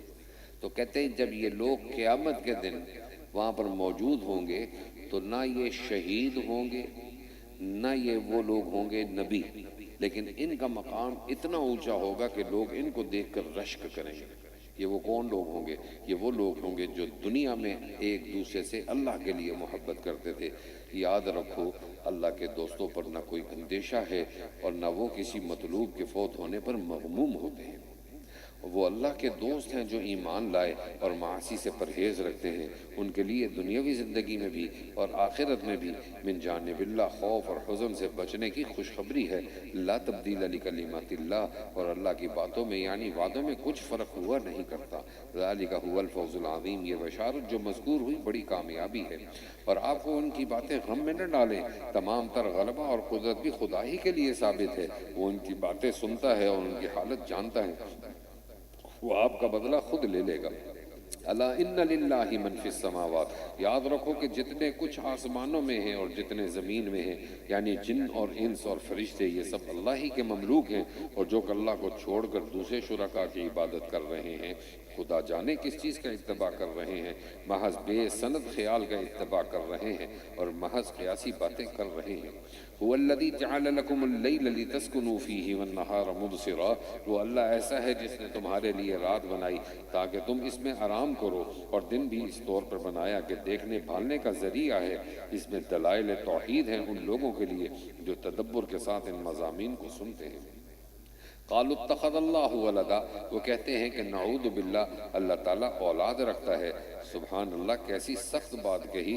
هو الغنی، وہ تو کسی کا محتاج نہیں، لہو ما فی السماوات و ما فی الارض، اور سب اس کے محتاج ہیں، اس کی ملک ہے جو کچھ آسمانوں میں ہے اور جو کچھ زمین میں ہے۔ ان عندکم من سلطان بہذا، تمہارے پاس بجز بہودہ دعوے کے اس دعوے پر کوئی دلیل بھی نہیں، تو کیا اللہ کے ذمے ایسی بات لگاتے ہو جس کا تم کسی دلیل سے علم نہیں رکھتے؟ قل ان الذین یفترون علی اللہ الکذب لا یفلحون، آپ کہہ دیجئے کہ جو لوگ اللہ پر جھوٹ افطرا کرتے ہیں جیسے مشرکین، وہ کبھی کامیاب نہ ہوں گے۔ یہ دنیا میں چند روزہ تھوڑا سا عیش ہے جو بہت جلد ختم ہوا جاتا ہے، پھر مر کر ہمارے پاس ہی ان کو آنا ہے، پھر آخرت میں ہم ان کو ان کے کفر کے بدلے سزائے سخت کا مزہ چکھائیں گے۔ وَاتْلُ عَلَيْهِمْ نَبَأَ نوح، اب پیچھے آپ نے توحید کے دلائل سنے، قرآن کریم کی صداقت کے بیانات سنے، مشرکین کے من گھڑت عقیدوں کے بارے میں اللہ کی تردید سنی۔ اب یہاں سے عبرت اور نصیحت کے لیے اللہ تعالیٰ 3 قصے بیان کر رہے ہیں، جن میں سب سے پہلے حضرت نوح علیہ السلام کا مختصراً قصہ، پھر حضرت موسیٰ علیہ السلام کا، اور اس کے بعد حضرت یونس علیہ السلام کا، کہ جن کے نام پر یہ سورت ہے۔ وَاتْلُ عَلَيْهِمْ نَبَأَ نوح، اور آپ ان کو نوح علیہ السلام کا قصہ پڑھ کر سنائیے جو کہ اس وقت واقع ہوا تھا جبکہ انہوں نے اپنی قوم سے فرمایا کہ اے میری قوم، اگر تم کو میرا رہنا یعنی واز گوئی کی حالت میں اور احکام خداوندی کی نصیحت کرنا بھاری اور ناگوار معلوم ہوتا ہے تو میرا تو خدا ہی پر بھروسہ ہے، سو تم میرے ضرر پہنچانے کے متعلق اپنی تدبیر یعنی جو کچھ کر سکو مع اپنے شرکاء یعنی بتوں کی پختہ کر لو۔ پھر تمہاری وہ تدبیر تمہارے گھٹن اور دل تنگی کا باعث نہ ہونا چاہیے، پھر میرے ساتھ جو کچھ کرنا ہے کر گزرو اور مجھ کو اصلاً مہلت نہ دو۔ فَإِن تَوَلَّيْتُمْ، پھر بھی اگر تم اعراضی کیے جاؤ تو یہ سمجھو کہ میں تم سے اس تبلیغ پر کوئی معاوضہ تو نہیں مانگا، اور میں تم سے کیوں مانگتا، کیونکہ میرا معاوضہ تو صرف حسب وعدہ کرم اللہ ہی کے ذمے ہے، اور چونکہ مجھے کو حکم کیا گیا ہے کہ میں اطاعت کرنے والوں میں رہوں۔ فَكَذَّبُوهُ فَنَجَّيْنَاهُ، سو باوجود اس موعظت بلیغہ کے بھی وہ لوگ ان کو جھٹلاتے رہے، بس اس پر عذاب طوفان کا مسلط ہوا، اور ہم نے اس عذاب سے ان کو اور جو ان کے ساتھ کشتی میں تھے ان کو نجات دی اور ان کو زمین پر آباد کیا، اور باقی جو لوگ رہ گئے تھے جنہوں نے ہماری آیتوں کو جھٹلایا تھا ان کو اس طوفان میں غرق کر دیا۔ سو دیکھنا چاہیے کیسا برا انجام ہوا ان لوگوں کا جو عذاب الہی سے ڈرائے جا چکے تھے۔ ثم بعثنا من بعده رسلا، پھر نوح علیہ السلام کے بعد ہم نے اور رسولوں کو ان کی قوموں کی طرف بھیجا، سو وہ ان کے پاس معجزات لے کر آئے، مگر پھر بھی ان کی ضد اور ہٹ دھرمی کی یہ کیفیت تھی کہ جس چیز کو انہوں نے اول وہلہ میں ایک بار جھوٹا کہہ دیا نہ ہوا پھر اس کو مان لیتے، اور جیسے یہ لوگ دل کے سخت تھے اللہ تعالیٰ اسی طرح کافروں کے دلوں پر بند لگا دیتے ہیں۔ ثم بعثنا، یہاں سے دوسرا قصہ حضرت موسیٰ اور ان کے بھائی حضرت ہارون علیہ السلام۔ پھر ان پیغمبروں کے بعد ہم نے موسیٰ اور ہارون علیہ السلام کو فرعون اور اس کے سرداروں کے پاس اپنے معجزات یعنی عصا اور ید بیضا دے کر بھیجا، سو انہوں نے دعوے کے ساتھ ہی ان کی تصدیق کرنے سے تکبر کیا، اور وہ لوگ جرائم کے خوگر تھے اس لیے اطاعت نہ کی۔ پھر جب ان کو ہمارے پاس سے نبوت موسویہ پر صحیح دلیل پہنچی تو وہ لوگ کہنے لگے کہ یقیناً یہ صریح جادو ہے۔ موسیٰ علیہ السلام نے فرمایا کیا تم اس صحیح دلیل کی نسبت جبکہ وہ تمہارے پاس پہنچی ایسی بات کہتے ہو کہ یہ جادو ہے؟ اسحر ھذا، کیا یہ جادو ہے؟ حالانکہ جادوگر کامیاب نہیں ہوا کرتے۔ قالو، وہ کہنے لگے کیا تم ہمارے پاس اس لیے آئے ہو کہ ہم کو اس طریقے سے ہٹا دو جس پر ہم نے اپنے بزرگوں کو دیکھا ہے، اور اس لیے آئے ہو کہ تم دونوں کو دنیا میں ریاست اور سرداری مل جائے؟ وما نحن لکما بمؤمنین، اور تم کو خوب سمجھ لو کہ ہم تم دونوں کو کبھی نہ مانیں گے۔ وقال فرعون، اور فرعون نے اپنے سرداروں سے کہا کہ میرے پاس تمام ماہر جادوگر کو جو ہماری قلم رو میں ہیں حاضر کرو۔ چنانچہ جمع کیے گئے۔ فلما جاء السحرہ، سو جب وہ آئے موسیٰ سے مقابلہ ہوا، موسیٰ نے ان سے فرمایا کہ ڈالو جو کچھ تم کو میدان میں ڈالنا ہے۔ سو جب انہوں نے اپنا جادو کا سامان ڈالا تو موسیٰ نے فرمایا کہ یہ جو کچھ تم بنا کر لائے ہو جادو یہ ہے؟ ان اللہ سیبطلہ، یقینی بات ہے کہ اللہ تعالیٰ اس جادو کو ابھی درہم برہم کر دیتے ہیں۔ ان اللہ لا یصلح عمل المفسدین، کیونکہ اللہ تعالیٰ ایسے فسادیوں کا کام بننے نہیں دیتا۔ وَيُحِقُّ اللَّهُ الْحَقَّ بِكَلِمَاتِهِ، اور اللہ تعالیٰ حق یعنی دلیل صحیح یعنی معجزے کو اپنے وعدوں کے موافق ثابت کر دیتا ہے، گو مجرم اور کافر لوگ کیسا ہی ناگوار سمجھیں۔ فما آمن لموسیٰ، پس جب عصا کا معجزہ ظاہر ہوا تو موسیٰ علیہ السلام پر شروع میں ان کی قوم میں سے صرف قدر قلیل آدمی ایمان لائے، وہ بھی فرعون سے اور اپنے حکام سے ڈرتے ڈرتے کہ کہیں ظاہر ہونے پر ان کو تکلیف نہ پہنچا دے، اور واقع میں ڈرنا ان کا بیجا نہ تھا، کیونکہ فرعون اس ملک میں زور سلطنت رکھتا تھا، اور یہ بھی بات تھی کہ وہ حد انصاف سے باہر ہو جاتا تھا۔ وقال موسیٰ یا قوم ان کنتم آمنتم، اور موسیٰ علیہ السلام نے کہا اے میری قوم، اگر تم سچے دل سے اللہ پر ایمان رکھتے ہو تو سوچ بچار مت کرو بلکہ اسی پر توکل کرو، اور اگر تم اس کی اطاعت کرنے والے ہو۔ فقالوا علی اللہ توکلنا، انہوں نے جواب میں عرض کیا کہ ہم نے اللہ ہی پر توکل کیا۔ ربنا لا تجعلنا فتنة للقوم الظالمین، اے ہمارے پروردگار ہم کو ان ظالم لوگوں کا تختہ مشق نہ بنا، ونجنا برحمتک من القوم الکافرین، اور ہم کو اپنی رحمت کے صدقے میں ان کافروں سے نجات دے۔ وأوحینا، اب یہاں سے حضرت موسیٰ کو یہ حکم ملا فرعون کی اذیت سے بچنے کے لیے کہ آپ اس کی تکلیف سے بچنے کے لیے اب جو نمازیں ہیں وہ اپنے گھروں میں پڑھو، باہر نکل کر نمازیں پڑھنے کی اجازت نہیں ہے۔ اسی کے بارے میں اللہ فرما رہے ہیں، اور جب اس کی اجازت ملی کہ گھر کے اندر نماز پڑھنی ہے، پھر اس کے بعد حضرت موسیٰ نے اللہ سے فرعون کے لیے بد دعا لی، پھر اللہ نے اس فرعون کو دریا کے اندر غرق کیا، اور پھر اس فرعون کی لاش کو قیامت تک کے لیے لوگوں کے لیے عبرت بنا کر باہر رکھا، جو آج کل مصر کے میوزیم میں موجود ہے، اور لوگ ٹکٹ لگا کر اس کا تماشا اور اس کی لاش کو دیکھتے ہیں۔ وَأَوْحَيْنَا إِلَىٰ مُوسَىٰ، اور ہم نے موسیٰ علیہ السلام اور ان کے بھائی ہارون کے پاس وحی بھیجی کہ تم دونوں اپنے ان لوگوں کے لیے بدستور مصر میں گھر برقرار رکھو، اور نماز کے اوقات میں تم سب اپنے انہی گھروں کو نماز پڑھنے کی جگہ قرار دے دو، اور یہ ضروری ہے کہ نماز کے پابند رہو، اور اے موسیٰ عام مسلمانوں کو بشارت دے دیں۔ اور موسیٰ نے دعا میں عرض کیا اے ہمارے رب، ہم کو یہ بات معلوم ہو گئی ہے، آپ نے فرعون کو اور اس کے سرداروں کو سامان تجمل اور طرح طرح مال دنیاوی زندگی میں ہمارے رب اسی واسطے دیے ہیں کہ وہ آپ کی راہ سے لوگوں کو گمراہ کریں۔ ربنا اطمس علی اموالہم، اے ہمارے رب ان کے مالوں کو نیست و نابود کر دیجئے، واشدد علی قلوبہم، اور ان کے دلوں کو زیادہ سخت کر دیجئے، فلا یؤمنوا حتی یروا العذاب العلیم، جس سے ہلاکت کے مستحق ہو جائیں سو یہ ایمان نہ لانے پائیں یہاں تک کہ عذاب علیم کے مستحق ہو کر اس کو دیکھ لیں۔ قال قد اجیبت، اللہ تعالیٰ فرماتے ہیں کہ حق تعالیٰ نے فرمایا کہ تم دونوں کی دعا قبول کر لی، فاستقیما، تو تم اپنے منصبی کام یعنی تبلیغ پر مستقیم رہو، ولا تتبعان سبیل الذین لا یعلمون، اور ان لوگوں کی راہ نہ چلنا جن کو علم نہیں۔ اور ہم نے بنی اسرائیل کو اس دریا سے پار کر دیا، پھر ان کے پیچھے پیچھے فرعون مع اپنے لشکر کے ظلم اور زیادتی کے ارادے سے دریا میں چلا، یہاں تک کہ جب ڈوبنے لگا اور ملائکہ عذاب کے نظر آنے لگے تو سراسیمہ ہو کر کہنے لگا آمنت انہ لا الہ الا الذی آمنت بہ بنو اسرائیل وانا من المسلمین، کہ میں ایمان لاتا ہوں بجز اس کے کہ جس پر بنی اسرائیل ایمان لائے ہیں، کوئی معبود نہیں، اور میں مسلمانوں میں داخل ہوتا ہوں۔ الآن وقد عصیت، جواب دیا کہ اب ایمان لاتا ہے اور معائنہ عذاب کے پہلے سے سرکشی کرتا رہا اور مفسدوں میں داخل رہا، اب نجات چاہتا ہے۔ فَالْيَوْمَ نُنَجِّيكَ بِبَدَنِكَ، سو بجائے نجات مطلوبہ کے آج ہم تیری لاش کو پانی میں تہ نشی ہونے سے نجات دیں گے تاکہ تو ان کے لیے موجب عبرت ہو جو تیرے بعد موجود ہیں۔ اور حقیقت یہ ہے کہ پھر بھی بہت سے آدمی ہماری ایسی ایسی نشانیوں یعنی عبرتوں سے غافل ہیں۔ وَلَقَدْ بَوَّأْنَا بَنِي اسرائیل، اور ہم نے غرق فرعون کے بعد بنی اسرائیل کو بہت اچھا ٹھکانہ رہنے کو دیا، اور ہم نے ان کو نفیس چیزیں جنات و عیون وغیرہ سے کھانے کو دی، اور انہوں نے جہل کی وجہ سے اختلاف نہیں کیا یہاں تک کہ ان کے پاس احکام کا علم پہنچ گیا۔ یقینی بات ہے کہ آپ کا رب ان اختلاف کرنے والوں کے درمیان قیامت کے دن ان امور میں فیصلہ عملی کرے گا جس میں وہ اختلاف کیا کرتے تھے۔ پھر اگر بالفرض آپ اس کتاب کی طرف سے شک و شبہ میں ہوں جس کو ہم نے آپ کے پاس بھیجا ہے، تو آپ ان لوگوں سے پوچھ لکھیے جو آپ سے پہلے کی کتابوں کو پڑھتے ہیں، مراد تورات ہے اور انجیل ہے۔ بے شک آپ کے پاس آپ کے رب کی طرف سے یہ سچی کتاب آئی ہے، آپ ہرگز شک کرنے والوں میں سے نہ ہوں۔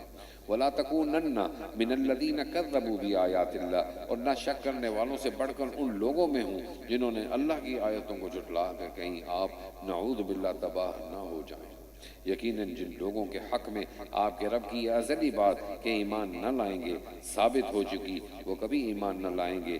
وَلَوْ جَاءَتْهُمْ كُلُّ آیَةٍ حَتَّى يَرَوُا الْعَذَابَ الْأَلِيمَ، گو ان کے پاس تمام دلائل ثبوت حق کے پہنچ جائیں جب تک کہ عذاب دردناک کو نہ دیکھ لیں۔ فَلَوْلَا كَانَتْ قَرْيَةٌ، اب یہاں سے حضرت یونس علیہ السلام یہ واحد نبی تھے کہ جن کے اوپر آیا ہوا عذاب اللہ نے ٹال دیا، اور یہ واحد امت تھی کہ جن کے اوپر آثار نظر آگئے عذاب کے۔ وہ عذاب اللہ نے ٹالا کیسے؟ کہ انہوں نے نہ بچوں کو چھوڑا، نہ عورتوں کو چھوڑا، نہ بوڑھوں کو چھوڑا، حتیٰ کہ اپنے جانوروں کو بھی کھلے میدان میں لے آئے اور آ کر اللہ سے توبہ اور استغفار کی۔ آیا ہوا عذاب اللہ نے ان کے اوپر سے ٹال دیا ہے۔ اس کا پھر آگے سورہ انبیاء میں تفصیل کے ساتھ انشاءاللہ تذکرہ کریں گے۔ فَلَوْلَا كَانَتْ قَرْيَةٌ آمَنَتْ فَنَفَعَهَا، چنانچہ کوئی بستی ایمان نہ لائی کہ ایمان لانا اس کو نافع ہوتا، ہاں مگر یونس علیہ السلام کی قوم جب وہ ایمان لے آئے تو ہم نے رسوائی کے عذاب کو دنیاوی زندگی میں ان پر سے ڈال دیا اور ان کو ایک وقت خاص یعنی موت تک خیر خوبی کے ساتھ عیش دیا۔ اور ان اقوام اور قرآن کی کیا تخصیص ہے، اگر آپ کا رب چاہتا تو تمام روئے زمین کے لوگ سب کے سب ایمان لے آتے۔ سو جب یہ بات ہے تو کیا آپ لوگوں پر زبردستی کر سکتے ہیں جس میں وہ ایمان ہی لے آئیں؟ وَمَا كَانَ لِنَفْسٍ أَن تُؤْمِنَ، حالانکہ کسی شخص کا ایمان لانا بدون خدا کے حکم یعنی مشیت کے ممکن نہیں، اور اللہ تعالیٰ بے عقل لوگوں پر کفر کی گندگی واقع کر دیتا ہے۔ قُلِ انظُرُوا مَاذَا فِي السَّمَاوَاتِ وَالْأَرْضِ، آپ کہہ دیجئے کہ تم غور کرو اور دیکھو کہ کیا کیا چیزیں ہیں آسمانوں میں اور زمین میں، اور جو لوگ عناداً ایمان نہیں لاتے ان کو دلائل اور دھمکیاں کچھ فائدہ نہیں پہنچاتی۔ یہ بیان ہوا ان کے عناد کا، سو وہ لوگ بدلالت حال صرف ان لوگوں کے اسے واقعات کا انتظار کر رہے ہیں جو ان سے پہلے گزر چکے ہیں۔ آپ فرما دیجئے کہ اچھا تو تم ذرا تو اس کے انتظار میں رہو، میں بھی تمہارے ساتھ اس کے انتظار کرنے والوں میں ہوں، پھر ہم اس عذاب سے اپنے پیغمبروں اور ایمان والوں کو بچا لیتے ہیں جس طرح ان مومنین کو ہم نے نجات دی تھی، ہم اسی طرح سب ایمان والوں کو نجات دیا کرتے ہیں، یہ حسب وعدہ ہمارے ذمے ہے۔ قُلْ یا ایھا الناس، یہاں سے اہل ایمان کو خطاب کیا جا رہا ہے کہ جو حضرت صلی اللہ علیہ وسلم کی رسالت کا انکار کرتے تھے اور ان کے بارے میں شک اور تردد کیا کرتے تھے، اس کے بارے میں اللہ تعالیٰ فرما رہے ہیں۔ اور اس کے بعد پھر وہی آیت، نفع اور ضرر خدا تعالیٰ کے علاوہ کوئی نہیں پہنچا سکتا، اس کا ذکر کیا جا رہا ہے۔ قُلْ یا ایھا الناس ان کنتم فی شک، آپ کہہ دیجئے کہ اے لوگو اگر تم میرے دین کی طرف سے شک اور تردد میں ہو تو میں ان معبودوں کی عبادت نہیں کرتا جن کی تم خدا کو چھوڑ کر عبادت کرتے ہو، لیکن ہاں اس معبود کی عبادت کرتا ہوں جو تمہاری جان قبض کرتا ہے، اور مجھ کو من جانب اللہ یہ حکم ہوا ہے کہ میں ایمان لانے والوں میں سے ہوں۔ اور یہ کہ اپنے آپ کو اس دین یہ مذکور توحید خالص کی طرف اس طرح متوجہ رکھنا کہ اور سب طریقوں سے علیحدہ ہو جاؤں، اور مجھ کو یہ حکم ہوا ہے کہ کبھی مشرک مت بننا، اور یہ حکم ہوا ہے کہ خدا کی توحید کو چھوڑ کر ایسی چیز کی عبادت مت کرنا جو تجھ کو نہ عبادت کرنے کی حالت میں کوئی نفع پہنچا سکے اور نہ ترک عبادت کی حالت میں کوئی ضرر پہنچا سکے۔ پھر اگر بالفرض تم نے ایسا کیا یعنی غیر خدا کی عبادت کی تو تم اس حالت میں اللہ کا حق ضائع کرنے والوں میں سے ہو جاؤ گے۔ اور مجھ سے یہ کہا گیا کہ اگر تم کو اللہ تعالیٰ کوئی تکلیف پہنچا دے تو بجز اس کے اور کوئی اس کا دور کرنے والا نہیں ہے، اور اگر وہ تم کو کوئی راحت پہنچانا چاہے تو اس کے فضل کا کوئی ہٹانے والا نہیں، بلکہ وہ اپنا فضل اپنے بندوں میں سے جس پر چاہیں مبذول فرمائیں، اور وہ بڑی مغفرت اور رحمت والے ہیں۔ قل یا ایھا الناس قد جاءکم الحق، آپ یہ بھی کہہ دیجئے کہ اے لوگو تمہارے پاس دین حق تمہارے رب کی طرف سے بدلیل پہنچ چکا، سو اس کے پہنچ جانے کے بعد جو شخص راہ راست پر آ جائے گا سو اپنے نفع کے واسطے راہ راست پر آئے گا، اور جو شخص اب بھی بے راہ رہے گا تو اس کا بے راہ ہونا یعنی اس کا وبال بھی اسی پر پڑے گا، اور میں تم پر کچھ بطور ذمہ داری کے مسلط نہیں کیا گیا، اور آپ اس کا اتباع کرتے رہیے جو کچھ آپ کے پاس وہی بھیجی جاتی ہے، اور ان کے کفر اور اضاء پر صبر کیجئے حتی یحکم اللہ، یہاں تک کہ اللہ تعالیٰ ان کا فیصلہ کر دیں گے، اور وہ سب فیصلہ کرنے والوں میں اچھا فیصلہ کرنے والے ہیں۔ سورہ ہود مکہ میں نازل ہوئی، اس میں 123 آیتیں ہیں اور 10 رکوع ہیں۔ یہ سورت بھی مکی ہے اور اس کے مضامین بھی پچھلی سورت کے مضامین سے ملتے جلتے ہیں۔ البتہ سورہ یونس کے اندر جو پیغمبر کے واقعات اختصار کے ساتھ بیان کیے ہیں، اس سورت کے اندر ان کو قدر تفصیل کے ساتھ بیان کیا گیا ہے۔ خاص طور پر حضرت نوح، حضرت ہود اور حضرت صالح، حضرت شعیب اور حضرت لوط علیہ السلام کے واقعات تفصیل کے ساتھ بیان کیے گئے۔ اس سورت کی جو ابتدائی آیات کے اندر جس بات کی طرف یا جن مشرکوں کی طرف ذکر کیا جا رہا ہے، ان مشرکوں میں سے وہ مشرک لوگ جو آن حضرت صلی اللہ علیہ وسلم کا سامنا نہیں کرتے تھے۔ جب آن حضرت صلی اللہ علیہ وسلم سامنے آتے تو یہ اپنی کمریں جھکا لیتے اور اپنے اوپر کپڑا ڈال دیتے تاکہ محمد صلی اللہ علیہ وسلم کی نظر مجھ پہ نہ پڑے، یا کوئی خدا نخواستہ گناہ کرتے تو گناہ کرتے وقت بھی اپنی کمروں کو جھکا لیتے، جھک جاتے اور اپنے اوپر کپڑا ڈال دیتے کہ اللہ کو شاید ہم نظر نہیں آئیں گے۔ اللہ ان کی ان حرکات کو یہاں نقل فرما رہے ہیں۔ بسم اللہ الرحمن الرحیم، شروع کرتا ہوں اللہ کے نام سے جو نہایت مہربان بڑی رحم والے ہیں۔ الف لام را کے معنی تو اللہ کو معلوم ہے، کتاب حکمت آیاتہ ثم فصلت من لدن حکیم حکیم۔ یہ قرآن ایک ایسی کتاب ہے کہ اس کی آیتیں دلائل سے محکم کی گئی ہیں، پھر اس کے ساتھ صاف صاف بھی بیان کی گئی ہیں ایک حکیم باخبر کی طرف سے۔ یہ کہ اللہ کے سوا کسی کی عبادت مت کرو، میں تم کو اللہ کی طرف سے ایمان نہ لانے پر عذاب سے ڈرانے والا اور ایمان لانے پر ثواب کی بشارت دینے والا ہوں۔ اور یہ بھی ہے کہ تم لوگ اپنے گناہ، شرک اور کفر وغیرہ اپنے رب سے معاف کرو، پھر ایمان لا کر اس کی طرف عبادت سے متوجہ رہو، وہ تم کو وقت مقرر یعنی وقت موت تک دنیا میں خوش عیشی دے گا، اور آخرت میں ہر زیادہ عمل کرنے والے کو زیادہ ثواب دے گا۔ اور اگر ایمان لانے سے تم لوگ اعراض ہی کرتے رہے تو مجھ کو اس صورت میں تمہارے لیے ایک بڑے دن کے عذاب کا اندیشہ ہے۔ الی اللہ مرجعکم، تم سب کو اللہ ہی کے پاس جانا ہے اور وہ ہر شے پر پوری قدرت رکھتا ہے۔ یاد رکھو وہ لوگ دوہرا کیے دیتے ہیں اپنے سینوں کو اور اوپر سے کپڑا لپیٹ لیتے ہیں تاکہ اپنی باتیں خدا سے چھپا سکیں۔ یاد رکھو کہ وہ لوگ جس وقت دوہرے ہو کر اپنے کپڑے اپنے اوپر لپیٹتے ہیں وہ اس وقت بھی سب جانتا ہے، جو کچھ چپ کے باتیں کرتے ہیں اور جو کچھ وہ ظاہر باتیں کرتے ہیں، کیونکہ بالیقین وہ تو دلوں کے اندر کی باتیں جانتا ہے۔ وَمَا مِن دَابَّةٍ فِي الْأَرْضِ، اور کوئی رزق کھانے والا جاندار روئے زمین پر چلنے والا ایسا نہیں کہ اس کی روزی اللہ کے ذمہ نہ ہو، اور وہ ہر ایک کی زیادہ رہنے کی جگہ کو اور چند روزہ رہنے کی جگہ کو جانتا ہے۔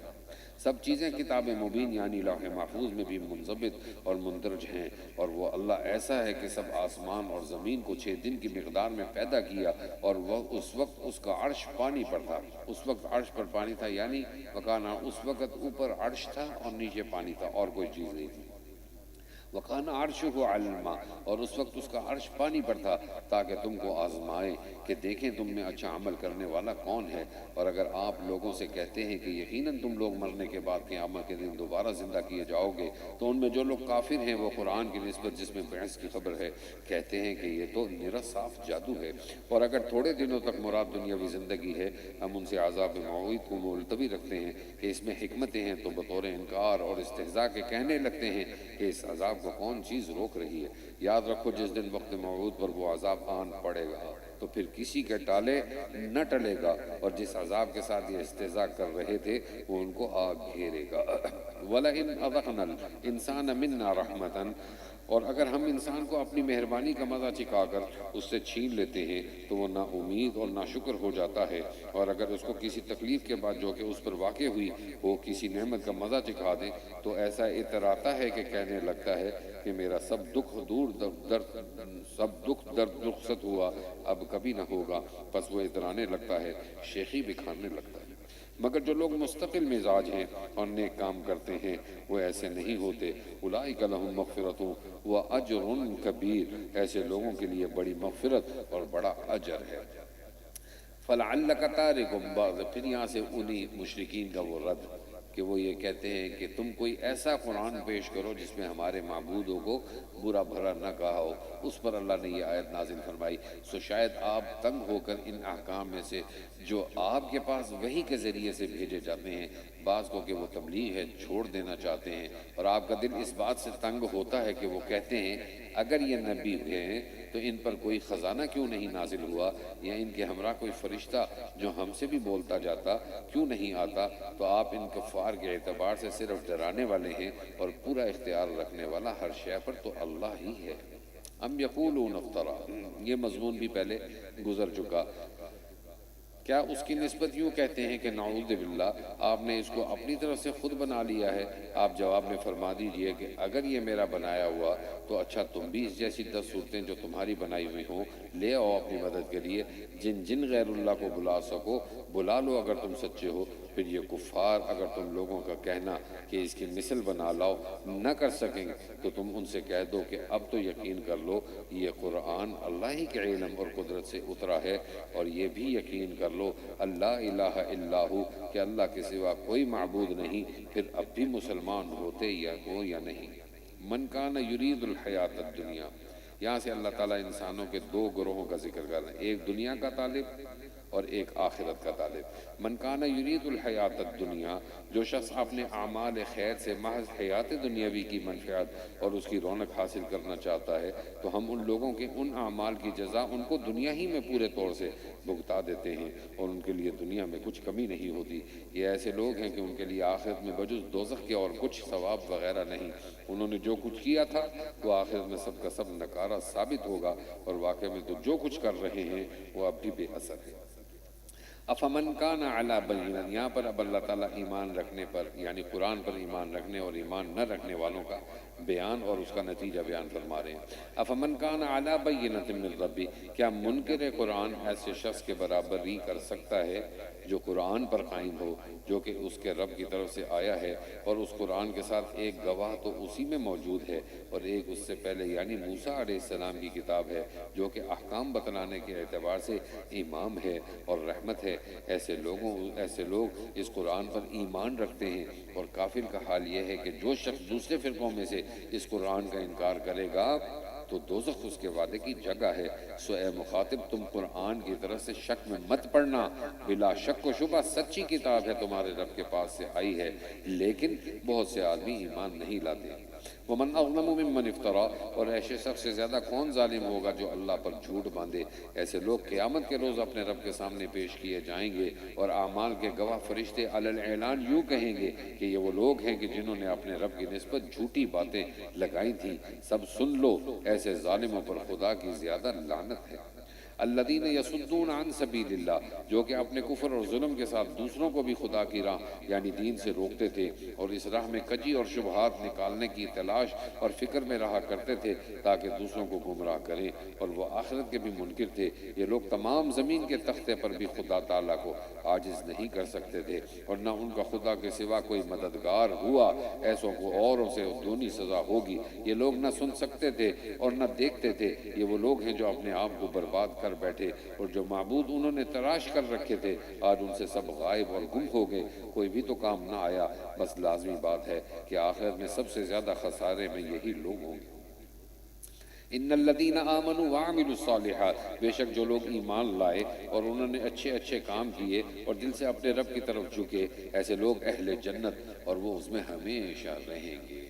مثل الفریقین، اب یہاں پر یہ بتا رہے ہیں کہ ایمان والوں اور ایمان نہ لانے والے، اللہ تعالیٰ کہتے ہیں ان کی مثال ایسے ہے کہ ایک آنکھ والا ہے اور ایک آنکھ کے بغیر والا ہے، ایک ہدایت والا ہے اور ایک ہدایت کے بغیر ہے، تو کیا یہ دونوں برابر ہو سکتے ہیں؟ نہیں ہو سکتے۔ اسی کا ذکر ہے دونوں فریق مذکور ہیں، یعنی مومن اور کافر کی حالت ایسی ہے جیسے ایک شخص ہوا اندھا بھی اور بہرا بھی، اور ایک شخص ہوا کہ دیکھتا بھی ہو اور سنتا بھی ہو، اس کو سمجھنا بہت آسان۔ کیا یہ دونوں شخص حالت میں برابر ہیں؟ کیا تم اس تفاوت کو سمجھتے نہیں؟ وَلَقَدْ أَرْسَلْنَا نُوحًا، اب یہاں سے حضرت نوح علیہ السلام کا قصہ، تقریباً 1000 سال عمر، صدیوں تک اپنی قوم کو تبلیغ کرتے رہے، اللہ کا پیغام پہنچاتے رہے۔ حضرت آدم سے لے کے حضرت نوح تک ایک قوم تھا، ایک دین تھا۔ اب حضرت نوح کو لانے کی وجہ یہ بنی کہ وہ قوم شرک میں مبتلا ہو رہی تھی اللہ کو چھوڑ کر۔ حضرت نوح علیہ السلام کو جب اللہ تعالیٰ نے اپنی قوم کی طرف بھیجا تو 1000 سال عمر انہوں نے پائی، اور اس عمر کے اندر 80 یا 82 لوگ ایمان لائے۔ اس ساری زندگی میں خلاصہ ان کا یہ نکلا کہ 80 اور 82 ایمان لائے، باقی قوم نہیں لائی ایمان۔ تو حضرت نوح نے اللہ سے پھر یہ کہا کہ اے اللہ اب یہ قوم ایمان نہیں لائے گی، تو اللہ نے پھر اس قوم کے اوپر طوفان، پانی، عذاب کا بھیجا اور اس کی چند نشانیاں بتلائیں۔ اللہ نے کہا کہ ایک تندور ہے جس کے اندر تم روٹیاں پکاتے ہو، اس تندور کے اندر سے پانی ابلے گا تو تم سمجھ لینا کہ طوفان آنے والا ہے۔ پھر اس وقت تم اپنے جو لوگ ایمان لائے ہیں ان کو ان میں سوار کرنا۔ اس سوار کرنے کا پھر اللہ نے طریقہ بھی بتایا۔ پھر اللہ نے کہا تم نے ہر جوڑے میں سے ایک نر کو پکڑنا ہے اور ایک مادہ کو۔ 3 منزلہ کشتی تھی، اوپر سب سے پہلے انہوں نے، سب سے نیچے انہوں نے حیوانات کو رکھا، پھر حشرات کو رکھا، پھر انسانوں کو رکھا۔ اسی کا تفصیلی ذکر ہے، ترجمے میں واضح ہو جائے گا۔ ترجمہ دیکھیے، وَلَقَدْ أَرْسَلْنَا نُوحًا إِلَىٰ قَوْمِهِ، اور ہم نے نوح علیہ السلام کو ان کی قوم کے پاس رسول بنا کر یہ پیغام دے کر بھیجا کہ تم اللہ کے سوا کسی اور کی عبادت مت کرو، میں تم کو صاف صاف ڈراتا ہوں، میں تمہارے حق میں ایک بڑے تکلیف دینے والے دن کے عذاب کا اندیشہ کرتا ہوں۔ سو ان کی قوم میں جو کافر سردار تھے وہ جواب میں کہنے لگے کہ ہم تم کو اپنے ہی جیسا آدمی دیکھتے ہیں، اور ہم دیکھتے ہیں کہ تمہارا اتباع انہی لوگوں نے کیا ہے جو ہم میں بالکل رذیل ہیں، جن کی عقل اکثر خفیف ہوتی ہے، پھر وہ اتباع بھی محض سرسری رائے سے، اور ہم تم لوگوں میں یعنی تم میں اور مسلمانوں میں کوئی بات اپنے سے زیادہ بھی نہیں پاتے، بلکہ ہم تم کو بالکل جھوٹا سمجھتے ہیں۔ نوح علیہ السلام نے فرمایا ہے میری قوم، بھلا یہ تو بتلاؤ کہ اگر میں اپنے رب کی جانب سے دلیل پر قائم ہوں جس سے میری نبوت ثابت ہوتی ہے، اور اس نے مجھ کو اپنے پاس سے رحمت یعنی نبوت عطا فرمائی ہو، پھر وہ نبوت یا اس کی حجت تم کو نہ سوچتی ہو، تو میں کیا کروں؟ مجبور ہوں کیا ہم اس دعویٰ یا دلیل کو تمہارے گلے مڑ دیں اور تم اس سے نفرت کیے چلے جاؤ؟ اور اتنی بات اور زائد فرمائی کہ اے میری قوم، میں تم سے اس تبلیغ پر کچھ مال نہیں مانگتا، میرا معاوضہ تو صرف اللہ ہی کے ذمے ہے، اور میں تو ان ایمان والوں کو نکالتا نہیں، کیونکہ یہ لوگ اپنے رب کے پاس عزت اور مقبولیت کے ساتھ جانے والے ہیں، لیکن واقعی میں تم لوگوں کو دیکھتا ہوں کہ خواہ مخواہ کی جہالت کر رہے ہو اور بے ڈھنگی باتیں کر رہے ہو۔ وَيَا قَوْمِ مَن يَنصُرُنِي، اور اے میری قوم اگر میں ان کو نکال بھی دوں تو یہ بتلاؤ مجھ کو خدا کی گرفت سے کون بچا لے گا؟ کیا تم اتنی بات بھی نہیں سمجھتے؟ اور میں تم سے یہ نہیں کہتا کہ میرے پاس اللہ کے تمام خزانے ہیں، اور نہ میں یہ کہتا ہوں کہ تمام غیب کی باتیں جانتا ہوں، اور نہ یہ کہتا ہوں کہ میں فرشتہ ہوں، اور جو لوگ تمہاری نگاہوں میں حقیر ہوں میں ان کی نسبت تمہاری طرح یہ نہیں کہہ سکتا کہ اللہ تعالیٰ ہرگز ان کو ثواب نہ دے گا، ان کے دل میں جو کچھ ہوا اس کو اللہ ہی خوب جانتا ہے، میں تو اگر ایسی بات کہہ دوں تو اس صورت میں ستم ہی کروں گا۔ قالوا یا نوح قد جادلتنا، وہ لوگ کہنے لگے اے نوح تم ہم سے بحث کر چکے، پھر بحث بھی بہت کر چکے، سو اب ہم بحث اور بحث نہیں کرتے، جس چیز سے تم کو ہم دمکایا کرتے ہو کہ عذاب آ جائے گا وہ ہمارے سامنے لے آؤ اگر تم سچے ہو۔ قال انما یاتیکم، انہوں نے فرمایا کہ اس کو اللہ تعالیٰ بشرطے کہ اس کو منظور ہو تمہارے سامنے لائے گا، اور اس وقت پھر تم اس کو عاجز نہ کر سکو گے، اور میری خیر خواہی تمہارے کام نہیں آ سکتی، گو میں تمہاری کیسی ہی خیر خواہی کرنا چاہوں، جبکہ اللہ ہی کو تمہارے گمراہ رکھنا منظور ہو، وہی تمہارا مالک ہے اور اسی کے پاس تم کو جانا ہے۔ ام یقولون افطرا، کیا یہ لوگ کہتے ہیں کہ محمد صلی اللہ علیہ وسلم نے نعوذ باللہ یہ قرآن تراش لیا ہے؟ آپ جواب میں فرما دیجئے اگر بالفرض میں نے تراشا ہوگا تو یہ میرا جرم مجھ پر عائد ہوگا اور تم میرے جرم سے بری الذمہ ہوگے اور میں تمہارے جرم سے بری الذمہ نہیں ہوں۔ اب یہ جو آیت حضرت نوح علیہ السلام کے واقعے کے درمیان میں آئی ہے، یہ آیت جملہ معترضہ کے طور پہ آئی ہے۔ توجہ اس طرف دلائی گئی کہ حضرت نوح علیہ السلام کا یہ واقعہ صحیح طور پر بیان کرنا یہ معجزہ ہے رسول اللہ صلی اللہ علیہ وسلم کا۔ حضرت صلی اللہ علیہ وسلم کو تو اس واقعے کا علم نہیں تھا اگر اللہ نہ بتاتے، تو یہ آیت جملہ معترضہ طور پر بیچ میں لائے۔ اس کے بعد پھر حضرت نوح کا قصہ، وَأُوحِيَ إِلَى نُوحٍ، اور نوح کے پاس وحی بھیجی گئی کہ سوائے ان کے جو اس وقت تک ایمان لا چکے ہیں اور کوئی نیا شخص تمہاری قوم میں سے ایمان نہ لائے گا، سو جو کچھ یہ لوگ کفر رضا استہزاء کر رہے ہیں اس پر کچھ غم نہ کرو، اور تم اس طوفان سے بچنے کے لیے ہماری نگرانی اور ہمارے حکم سے کشتی تیار کر لو، اور یہ سن لو کہ مجھ سے کافروں کی نجات کے بارے میں کچھ گفتگو مت کرنا کیونکہ وہ سب غرق کیے جائیں گے۔ وَيَصْنَعُ الْفُلْكَ، اور وہ کشتی تیار کرنے لگے، اور اثناء تیاری میں جب کبھی ان کی قوم میں سے کسی رئیس گروہ کا ان پر گزر ہوتا تو وہ ان سے ہنسی کرتے۔ آپ فرماتے کہ اگر تم ہم پر ہنستے ہو تو ہم تم پر ہنستے ہیں جیسا تم ہم پر ہنستے ہو۔ فَسَوْفَ تَعْلَمُونَ، سو ابھی تم کو معلوم ہوا جاتا ہے کہ وہ کون شخص ہے جس پر دنیا میں ایسا عذاب آیا چاہتا ہے جو اس کو رسوا کر دے گا اور اس پر دائمی عذاب نازل ہوگا، یہاں تک کہ جب ہمارا حکم عذاب قریب آ پہنچا اور زمین سے پانی ابلنا شروع ہوا، ہم نے نوح علیہ السلام سے فرمایا کہ ہر قسم کے جانوروں میں سے ایک نر اور ایک مادہ یعنی 2 عدد اس کشتی میں چڑھا لو اور اپنے گھر والوں کو بھی چڑھا لو، بے استثناء اس کے جس پر غرق ہونے کا حکم نافذ ہو چکا ہے، اور گھر والوں کے علاوہ دوسرے ایمان والوں کو بھی بجز قلیل آدمیوں کے ان کے ساتھ کوئی ایمان نہیں لایا تھا۔ وَقَالَ ارْكَبُوا فِيهَا بِسْمِ اللَّهِ مَجْرَاهَا وَمُرْسَاهَا، نوح علیہ السلام نے فرمایا کہ آؤ اس کشتی میں سوار ہو جاؤ اور کچھ اندیشہ مت کرو کیونکہ اس کا چلنا اور اس کا ٹھہرنا سب اللہ ہی کے نام سے ہے، بالیقین میرا رب غفور ہے رحیم ہے۔ اور وہ کشتی ان کو لے کر پہاڑ جیسی موجوں میں چلنے لگی، اور نوح علیہ السلام نے اپنے ایک بیٹے کو پکارا اور وہ علیحدہ مقام پر تھا کہ اے میرے پیارے بیٹے ہمارے ساتھ سوار ہو جا اور کافروں کے ساتھ مت ہونا۔ قال سآوی الی جبل یعصمنی من الماء، وہ کہنے لگا کہ میں ابھی کسی پہاڑ کی پناہ لے لوں گا جو مجھ کو پانی میں غرق ہونے سے بچا لے گا۔ قال لا عاصم اليوم من امر اللہ، نوح علیہ السلام نے فرمایا کہ آج اللہ کے حکم یعنی قہر سے کوئی بچانے والا نہیں، لیکن جس پر وہی رحم کرے۔ اور دونوں باپ بیٹے کے بیچ میں ایک موج حائل ہو گئی، بس وہ بھی مثل دوسرے کافروں کے غرق ہو گئے۔ یہ نوح علیہ السلام کا بیٹا کنعان تھا جو کافر تھا۔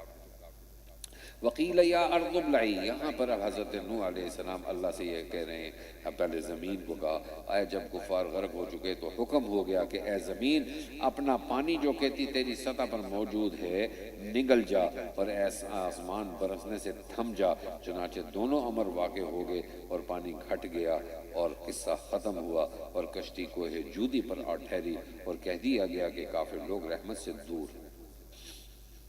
وَنَادَىٰ نُوحٌ رَبَّهُ، اور جب نوح نے اپنے رب کو پکارا اور عرض کیا اے میرے رب میرا بیٹا میرے گھر والوں میں سے ہے اور آپ کا یہ وعدہ بالکل سچا ہے اور آپ احکم الحاکمین ہیں۔ قال یا نوح انہ لیس من اہلک، اللہ تعالیٰ نے ارشاد فرمایا کہ اے نوح یہ شخص تمہارے گھر والوں میں سے نہیں، یہ تباہ کار ہے، سو مجھ سے ایسی چیز کی درخواست مت کرو جس کی تم کو خبر نہیں، میں تم کو نصیحت کرتا ہوں کہ تم نادان نہ بن جاؤ۔ انہوں نے عرض کیا کہ اے میرے رب میں اس امر سے اپنی کی پناہ مانگتا ہوں کہ آئندہ آپ سے ایسے امر کی درخواست کروں جس کی مجھ کو خبر نہ ہو، اور اگر آپ میری مغفرت نہ فرمائیں گے اور مجھ پر رحم نہ فرمائیں گے تو میں بالکل تباہی ہو جاؤں گا۔ قیل یا نوح اہبط بسلام منا، کہا گیا ہے نوح اترو ہماری طرف سے سلام اور برکتیں لے کر جو تم پر نازل ہوں گی اور ان جماعتوں پر جو کہ تمہارے ساتھ ہیں، اور بہت سی ایسی جماعتیں بھی ہوں گی کہ ہم ان کو چند روز عیش دیں گے، پھر ان پر ہماری طرف سے سزائے سخت واقع ہوگی۔ تلک من انباء الغیب نوحیہا الیک، یہ قصہ من جملہ اخبار غیب کے ہے جس کو ہم وحی کے ذریعے سے آپ کو پہنچاتے ہیں۔ اس قصے کو اس کے قبل نہ آپ جانتے تھے اور نہ آپ کی قوم، سو صبر کیجئے، یقیناً نیک انجامی متقیوں ہی کے لیے ہے۔ وَإِلَىٰ عَادٍ أَخَاهُمْ هُودًا۔ یہاں سے اب دوسرا واقعہ بیان کیا جا رہا ہے قوم عاد کی طرف۔ ان کے نسب کے بھائی حضرت ہود مبعوث ہوئے، شرک سے روکنے، توحید پر ایمان لانے کے لیے ان کو دعوت دی، اور وعدہ بھی فرمایا کہ تم جس قحط سالی کے اندر مبتلا ہو 3 سال سے وہ ختم ہو جائے گی، بارشیں آئیں گی، تمہاری جو عورتیں بانجھ ہیں بچہ نہیں دیتی وہ بچے بھی دینا شروع ہو جائیں گی، زمین تمہاری خزانہ اگلنا شروع ہوگی۔ لیکن ان قوم نے ان کی ایک نہ سنی، پھر اللہ کی طرف سے عذاب آیا اور ان کو سب کو غرق کر دیا۔ اسی کا ذکر ہے۔ اور ہم نے قوم عاد کی طرف ان کے بھائی حضرت ہود علیہ السلام کو بھیجا۔ انہوں نے فرمایا اے میری قوم، تم اللہ کی عبادت کرو، اس کے سوا کوئی تمہارا معبود ہونے کے قابل نہیں، تم محض مفتری ہو۔ اے میری قوم، میں تم سے اس تخلیق پر کچھ معاوضہ نہیں مانگتا، میرا معاوضہ تو صرف اللہ کے ذمے ہے جس نے مجھ کو آدم محض سے پیدا کیا، پھر کیا تم نہیں سمجھتے؟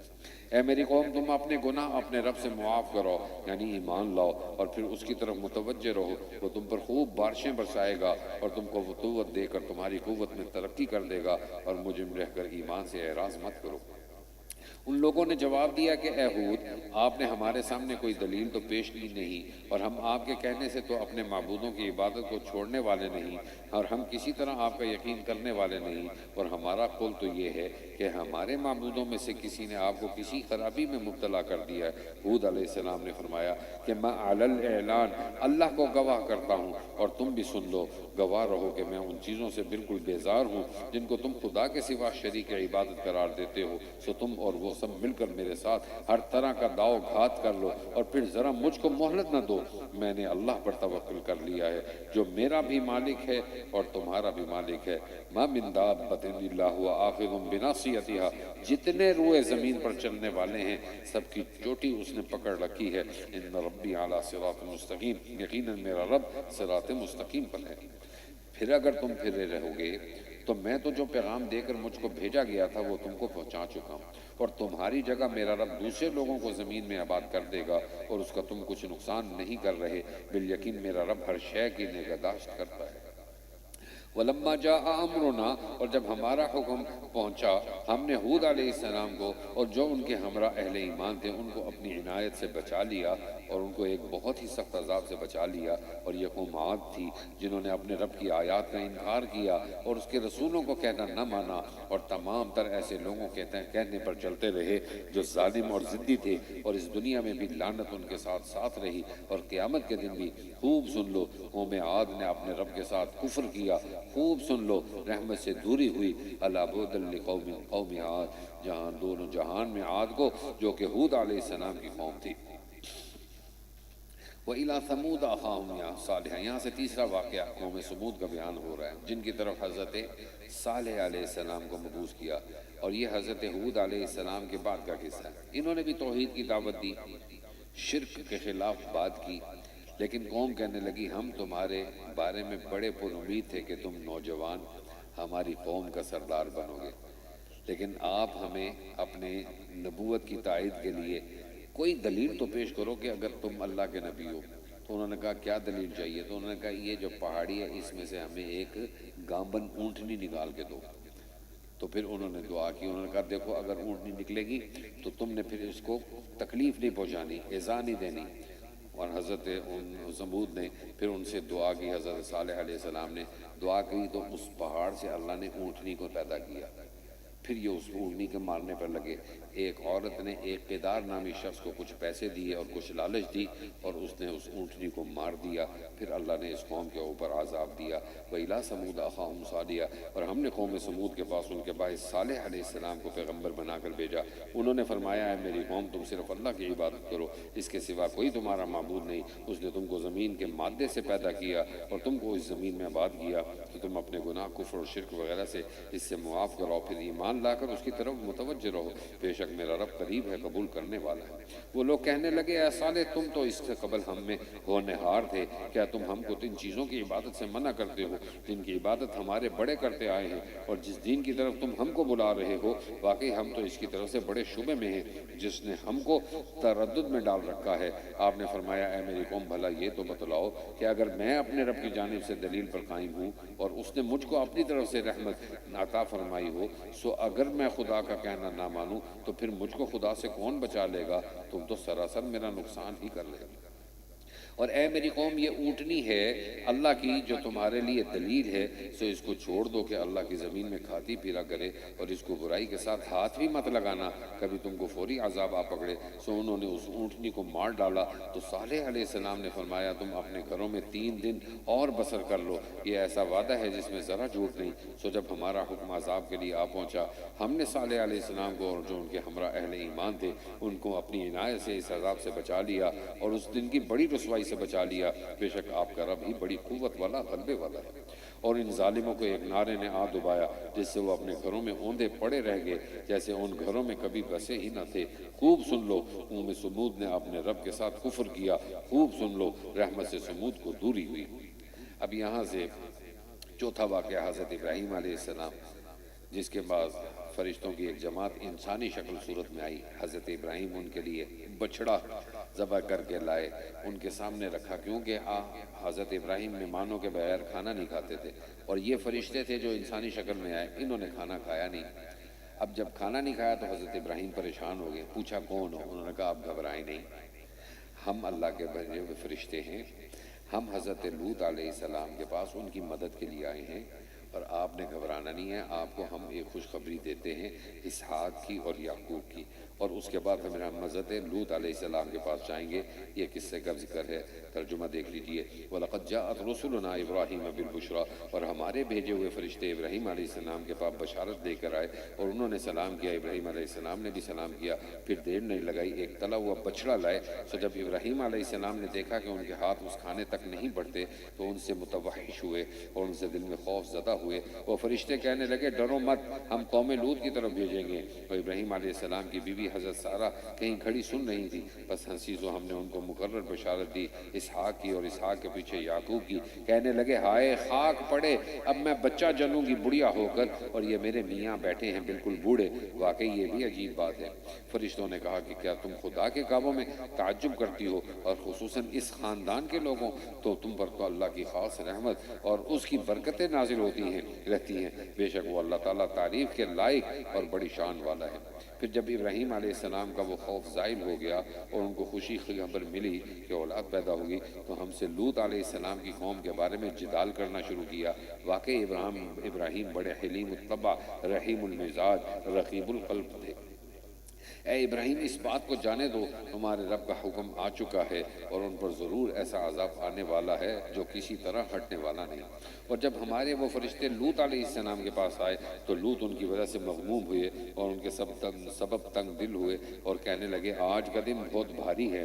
اور ان کی قوم ان کے پاس دوڑی ہوئی آئی اور پہلے سے نامعقول حرکتیں کیا ہی کرتے تھے۔ لوط فرمانے لگے اے میری قوم، یہ میری بیٹیاں موجود ہیں، وہ تمہارے لیے اچھی خاصی ہیں، سو اللہ سے ڈرو اور میرے مہمانوں میں کچھ مجھ کو فضیحت مت کرو۔ الیس منکم رجل الرشید، کیا تم میں کوئی بھی معقول آدمی اور بھلا مانس نہیں ہے؟ وہ کہنے لگے کہ آپ کو معلوم ہے ہم آپ کی بیٹیوں ان بیٹیوں کی کوئی ضرورت نہیں، اور آپ کو معلوم ہے یہاں آنے سے جو ہمارا مطلب ہے۔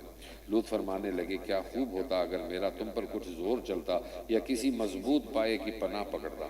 فرشتے کہنے لگے اے لوط، ہم تو آپ کے رب کے بھیجے ہوئے فرشتے ہیں، آپ تک ہرگز ان کی رسائی نہیں ہوگی، سو آپ رات کے کسی حصے میں اپنے گھر والوں کو لے کر یہاں سے باہر چلے جائیں، اور تم میں سے کوئی پیچھے پھر کر بھی نہ دیکھے۔ ہاں مگر آپ کی بیوی نہ جائے گی، اس پر بھی آفت آنے والی ہے، اور جو اور لوگوں پر آئے گی ان کے عذاب کے وعدے کا وقت صبح کا وقت ہے، کیا صبح کا وقت قریب نہیں؟ فلما جاء امرنا، سو جب ہمارا حکم عذاب کے لیے آ پہنچا تو ہم نے اس زمین کو الٹ کر اس کا اوپر کا تختہ تو نیچے کر دیا، اور اس زمین پر گنگر کے پتھر برسانا شروع کیے جو لگاتار گر رہے تھے، جن پر آپ کے رب کے پاس خاص نشان بھی تھے، اور یہ بستیاں قوم لوط کی ان ظالموں کو کچھ دور نہیں ہیں۔ وَإِلَىٰ مَدْيَنَ أَخَاهُمْ شُعَيْبًا، یہاں سے چھٹا قصہ حضرت شعیب علیہ السلام کی قوم کا ہے، جن کو اہل مدین کہتے ہیں۔ وہ قوم بھی شرک کے ساتھ ناپ تول میں کمی کرتی تھی، جو آپ نے پیچھے پڑھ لیا۔ اور ہم نے مدین والوں کی طرف ان کے بھائی شعیب کو بھیجا، انہوں نے اہل مدین سے فرمایا کہ اے میری قوم تم صرف اللہ تعالیٰ کی عبادت کرو، اس کے سوا کوئی تمہارا معبود نہیں، اور تم ناپ اور تول میں کمی مت کیا کرو، کیونکہ میں تم کو فراغت کی حالت میں دیکھتا ہوں اور مجھ کو تم پر اندیشہ ہے ایسے دن کے عذاب کو جو انواع مصائب کا جامع ہوگا۔ اے میری قوم تم ناپ اور تول اور پوری کیا کرو، اور لوگوں کا ان کی چیزوں میں نقصان مت کیا کرو، اور زمین میں فساد کرتے ہوئے حد سے مت نکلو۔ اللہ کا دیا ہوا جو کچھ بچ جائے وہ تمہارے لیے بدرجہ بہتر ہے اگر تم کو یقین آئے، اور میں تمہارا پہرا دینے والا تو ہوں نہیں۔ وہ لوگ کہنے لگے اے شعیب کیا تمہارا تقدس تم کو تعلیم کر رہا ہے کہ ہم ان چیزوں کی پرستش کو چھوڑ دیں جن کی پرستش ہمارے بڑے کرتے آئے ہیں، یا اس بات کو چھوڑ دیں کہ ہم اپنے مال میں جو چاہیں تصرف کریں؟ واقعی آپ ہیں بڑے عقل مند، دین پر چلنے والے۔ قال یا قوم، شعیب علیہ السلام نے فرمایا اے میری قوم بھلا یہ تو بتلاؤ کہ اگر میں اپنے رب کی جانب سے دلیل پر قائم ہوں اور اس نے مجھ کو اپنی طرف سے ایک عمدہ دولت یعنی نبوت دی ہو تو پھر کیسے تبلیغ نہ کروں؟ اور میں یہ نہیں چاہتا کہ تمہارے برخلاف ان کاموں کو کروں جن سے تم کو منع کرتا ہوں، میں تو اصلاح چاہتا ہوں جہاں تک میرے امکان میں ہے، اور مجھ کو جو کچھ توفیق ہو جاتی ہے صرف اللہ ہی کی مدد سے ہے، اسی پر میں بھروسہ رکھتا ہوں اور اسی کی طرف رجوع کرتا ہوں۔ اور اے میری قوم میری ضد تمہارے لیے اس کا باعث نہ ہو جائے کہ تم پر بھی اسی طرح کی مصیبتیں آ پڑیں جیسی قوم نوح یا قوم ہود یا قوم صالح پر پڑی تھی، اور قوم لوط تو ابھی تم سے بہت دور زمانے میں نہیں ہوئی۔ اور تم اپنے رب سے اپنے گناہ معاف کراؤ، پھر اس کی طرف متوجہ ہو، بے شک میرا رب بڑا مہربان بڑی محبت والا ہے۔ وہ لوگ کہنے لگے اے شعیب بہت سی باتیں تمہاری کہی ہوئی ہماری سمجھ میں نہیں آتی، اور ہم تم کو اپنے میں کمزور دیکھ رہے ہیں، اور اگر تمہارے خاندان کا پاس نہ ہوتا تو ہم تم کو کبھی کا سنسار کر چکے ہوتے، اور ہماری نظر میں تمہاری تو کچھ توقیر ہی نہیں۔ قال یا قوم، شعیب علیہ السلام نے جواب میں فرمایا اے میری قوم کیا میرا خاندان تمہارے نزدیک نعوذ باللہ اللہ سے بھی زیادہ باتوقیر ہے، اور اس کو یعنی اللہ تعالیٰ کو تم نے پس پش ڈال دیا ہے؟ ان ربی بما تعملون محیط، یقیناً میرا رب تمہارے سب اعمال کو احاطہ کیے ہوئے ہے۔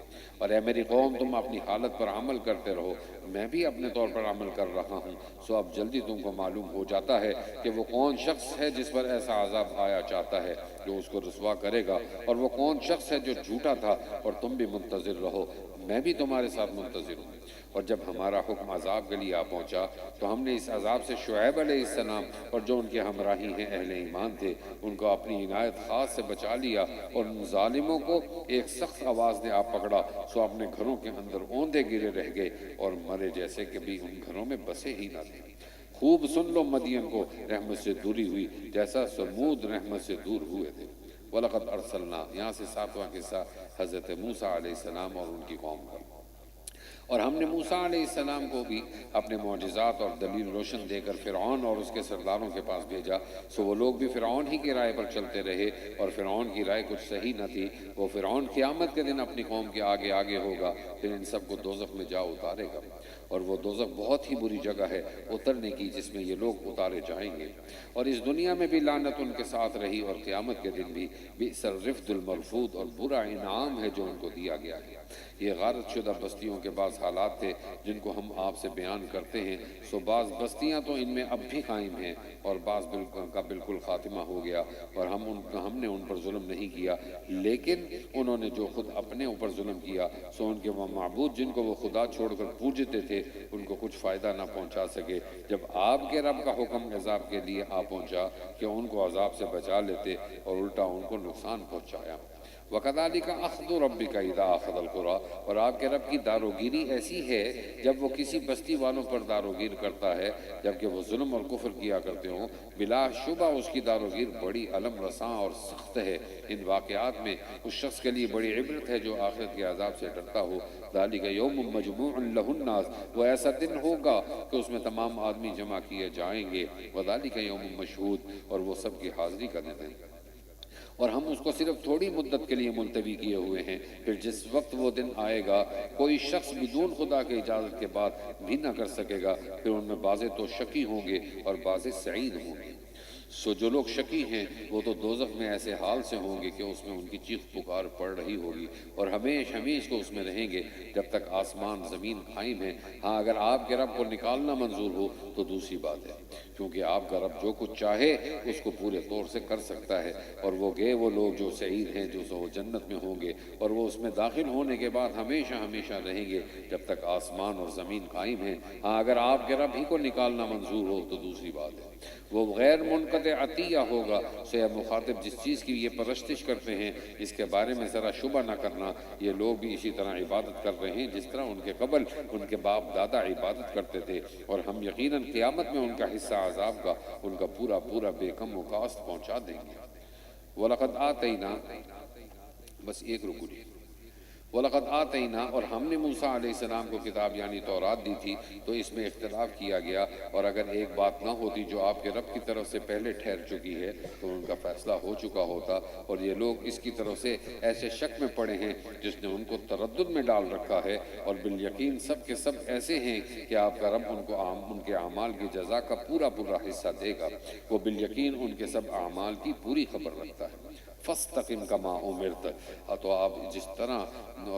آپ جس طرح کہ آپ کو حکم ہوا ہے راہ دین پر مستقیم رہیے، اور وہ لوگ بھی جو کفر سے توبہ کر کے آپ کی ہمراہی میں ہیں اور دائرہ دین سے ذرا مت نکلو، یقیناً وہ تم سب کے اعمال کو خوب دیکھتا ہے۔ اور اے مسلمانوں، ان ظالموں کی طرف مت جھکو، کبھی تم کو دوزخ کی آگ لگ جائے اور اس وقت خدا کے سوا کوئی تمہارا رفاقت کرنے والا نہ ہو، پھر حمایت تو تمہاری ذرا بھی کی نہ ہو۔